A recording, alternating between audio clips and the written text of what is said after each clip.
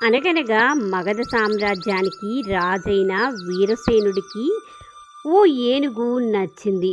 దానికి శిక్షణ ఇమ్మని శిక్షకుడికి ఆదేశించాడు.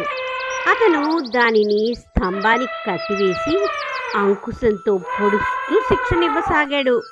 ఏనుగు ఆ బాధ భరించలేకపోయింది. ఇనుప గొలుసులు దానికి కంపరం ఎత్తించసాగాయి. అది భరించలేక కట్టు కొయ్యను పెరికివేసి శిక్షకుణ్ణి తరిమేసి హిమపర్వతం వైపు పరిగెత్తసాగింది. దాని వేగాన్ని అందుకోలేక వెంబడించిన శిక్షకుడు మొదలైన వారు మరలిపోయారు.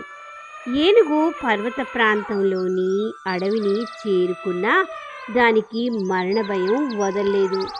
గాలి సవ్వడికి కూడా అది బెదిరిపోయేది. తొండాన్ని అటు ఇటు గాలిలో తిప్పుతూ పిచ్చెక్కినట్లు అరుస్తూ పరిగెడుతూ ఉండేది. ఇంకా శిక్షకుడు తనని ఇనుప గొలుసులతో కట్టి అంకుశంతో పొడిచి హింసిస్తున్నట్లే భ్రమపడేది. దాని మానసిక పరిస్థితికి జాలపడి ఓ వృక్షం ఇలా బోధించింది. అడవిలో గాలి వీచితే బలహీనమైన ఎడ్డు కొమ్మలు జలజలా రాలిపోతాయి. గాలికే భయపడితే నువ్వు తప్పకుండా దుర్బలమైపోతావు అని చెప్పిన మాటలకు ఏనుగులో ఎంతో ధైర్యం కలిగింది. అది మామూలుగా సహజంగా జీవించడానికి ప్రయత్నిస్తూ జీవించసాగింది.